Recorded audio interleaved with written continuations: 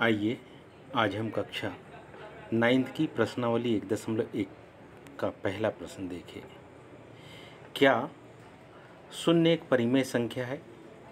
क्या इसे आप p/q के रूप में लिख सकते हैं, जहाँ पर p और q पूर्णांक है और बटे की संख्या q शून्य के बराबर नहीं है। हम में से सब जानते हैं कि किसी भी संख्या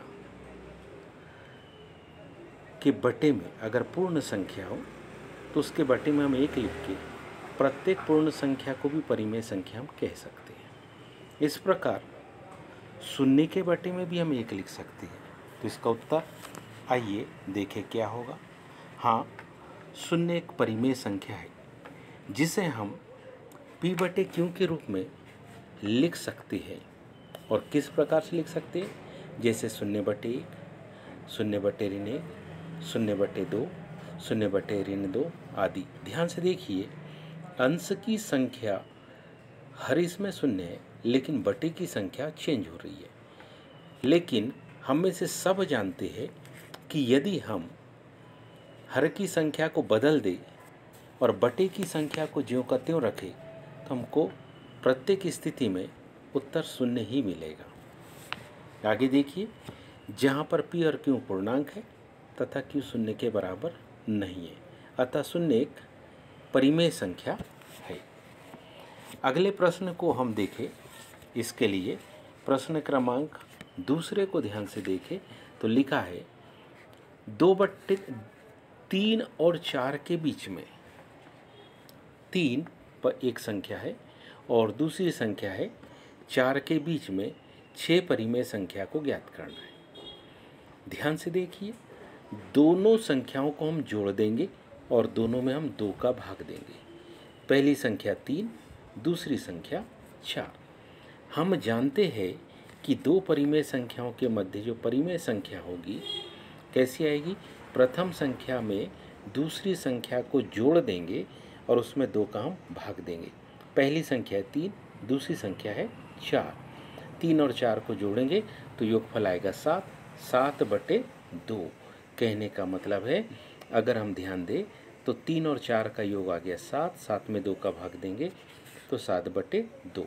ध्यान दीजिए, पहली संख्या 3, दूसरी संख्या 4, इन दोनों के मध्य में एक परिमेय संख्या की 7/2। आगे देखिए, पुनः 3 और 7/2 के बीच में एक परिमेय संख्या को ज्ञात करना। इसके लिए क्या करेंगे? पहली संख्या 3 है, दूसरी संख्या 7/2 है, उन दोनों को जोड़ना है और उसमें 2 का भाग देना। इसका मतलब है 1/2 का गुणा करना। पहली संख्या 3 के बटे में कुछ नहीं, मतलब 1। जब लघुत्तम निकालेंगे तो लघुत्तम आएगा 2, 2 का 3 में गुणा हो जाएगा, 2 3 6। 7 के बटे में 2 है इसलिए 7 यथावत होगा। 6 धन 7/2 तो माना गया 13/2, जिसका 1/2 में गुणा होने पर माना गया 13/4। तो 3 और 7/2 के बीच में एक अगली परिमेय संख्या हमको मिल गई, वो हो गई 13/4। आप ध्यान से देखेंगे तो अगला मान हमको फिर मिलेगा कुछ इस प्रकार से।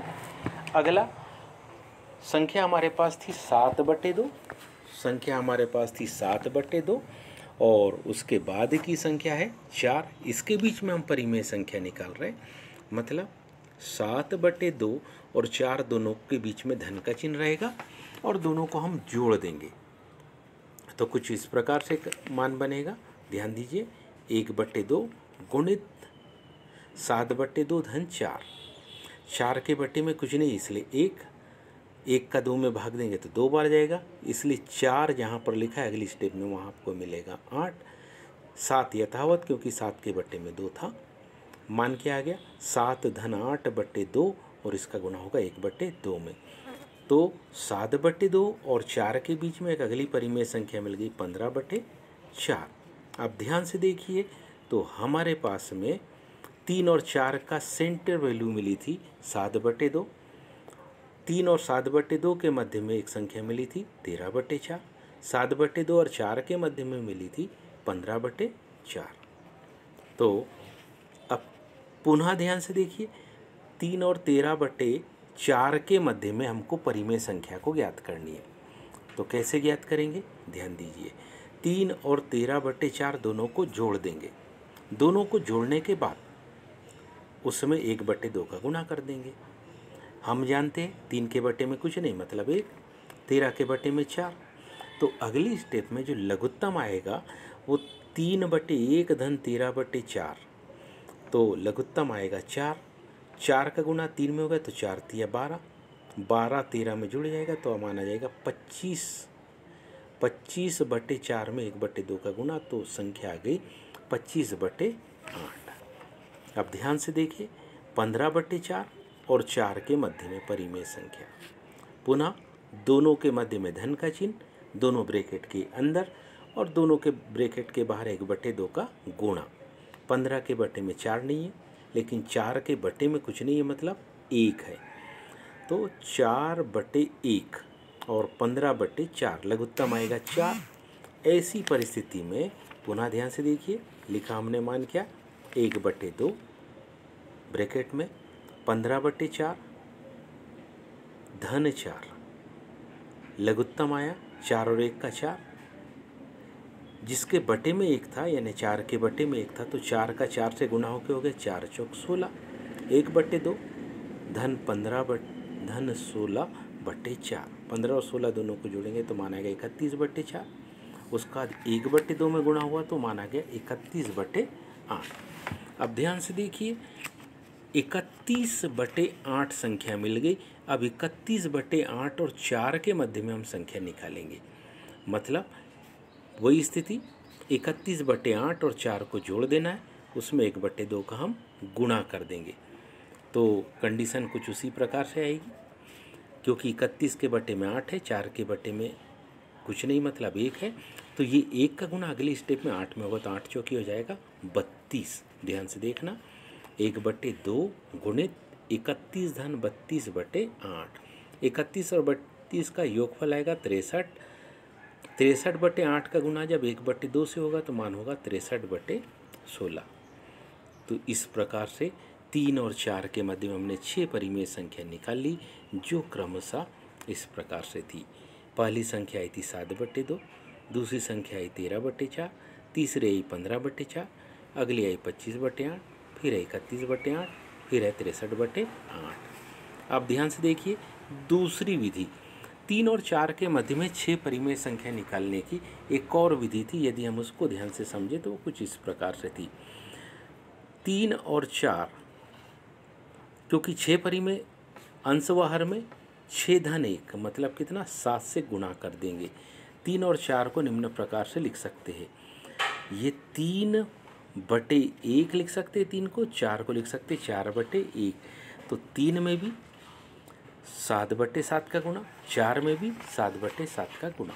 जब 3 को लिख सकते हैं हम 3/1 और उसमें जब गुणा करेंगे तो मान आएगा 21/7। पुनः दूसरी संख्या है 4, 4 मतलब 4/1, उसमें 7/7 का गुणा करेंगे तो 28/7। अब ध्यान से देखिए 21 और 28 के मध्य में हम जितनी संख्या लिखेंगे 22, 23, 24, 25, 26, 27 और सभी संख्याओं के बटे में रहेगा 7, यानी कि क्या 22/7, 23/7, 24/7, 25/7, 26/7, 27/7। इस तरीके से ये सारी की सारी संख्या परिमेय संख्या होगी जो कि 3 और 4 के मध्य में है। अगला प्रश्न देखें 3/5 और 4/5 के बीच में परिमेय संख्या को ज्ञात करना है। अब इसके मध्य में जब हम परिमेय संख्या को ज्ञात करेंगे तो परिमेय संख्या कुछ इस प्रकार से मिलेगी हमको। इसे ध्यान से देखिए, इसके मध्य में जो परिमेय संख्या हमको मिलने वाली है कुछ इस प्रकार से कि हमें कहा है इन दोनों के बीच में 5 परिमेय संख्या ज्ञात करो। 5 में 1 को जोड़ देंगे क्योंकि 5 परिमेय संख्या को ज्ञात करना, तो 5 का 1 अधिक हो गया 6। तो हम 5 में 1 को जैसे ही जोड़ेंगे तो मान आ गया 5 और 1 6। तो कंडीशन देखिए 3/5 और 4/5 में अंश और हर में 5 परिमेय संख्या को ज्ञात करना, तो 5 धन 1 मतलब 6। 6/6 का गुना 3/5 से भी कर देंगे और 4/5 से भी कर देंगे। तो ध्यान से देखो, 3/5 में जब हम 6/6 का गुना करेंगे तो मान आएगा 18/30, और 4/5 में जब हम 6/6 का गुना करेंगे तो मान आएगा 24/30। 18 और 24 के मध्य में हम ध्यान से देखें तो 18 और 24 के मध्य में संख्या होगी 19, 20, 21, 22, 23, और इन प्रत्येक संख्याओं के बट्टे में हम लिखेंगे 30। तो ये इनके मध्य की परिमेय संख्या हो गई। तो इस प्रकार से अगला प्रश्न देखेंगे। चौथा लिखा है, नीचे दिए गए कथन सत्य है या असत्य कारण के साथ अपने उत्तर को दीजिए। कैसे? प्रत्येक प्राकृत संख्या एक पूर्ण संख्या होती है, इसको हमको बतलाना है। हम में से सब जानते हैं क्या कि यह कथन सत्य है, कारण प्रत्येक प्राकृत संख्या पूर्ण संख्या होती है। कारण क्योंकि प्रत्येक प्राकृत संख्या के बटे में 1 हम लिख सकते हैं। तो हम जानते हैं कि प्राकृत संख्या के बटे में 1 लिखने पर मान में उसका कोई विशेष अंतर नहीं आता। तो कहने का मतलब है प्राकृत 1, 2, 3, 4, 5, 6 यही तो है पूर्ण संख्या। दूसरा देखिए, इसी में प्रत्येक पूर्णांक एक पूर्ण संख्या होती है पूर्णांक संख्याओं के समुच्चय में। यदि हम ध्यान से देखें तो ये कथन हमारे पास असत्य है। क्यों असत्य है? ध्यान से देखिए, क्योंकि पूर्ण संख्या 0 से शुरुआत होती है और पूर्णांकों में ऋण 1, ऋण 2, ऋण 3 ये भी संख्या आती है।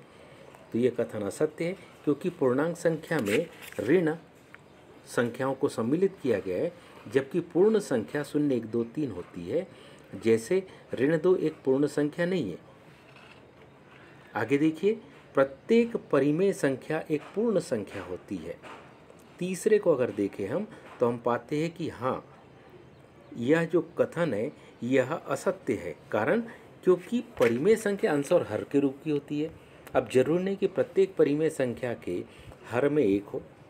जिन परिमेय संख्याओं के हर में 1 मिलेगा वो पूर्ण संख्या हो सकती है, लेकिन जिन परिमेय संख्याओं के हर में 1 के अलावा कुछ मिले और उस संख्या का अंश में पूरा पूरा भाग ना दे तो वो पूर्ण संख्या हो ही नहीं सकती। उदाहरण के लिए 1/2 परिमेय संख्या है, परंतु ये पूर्ण संख्या नहीं है।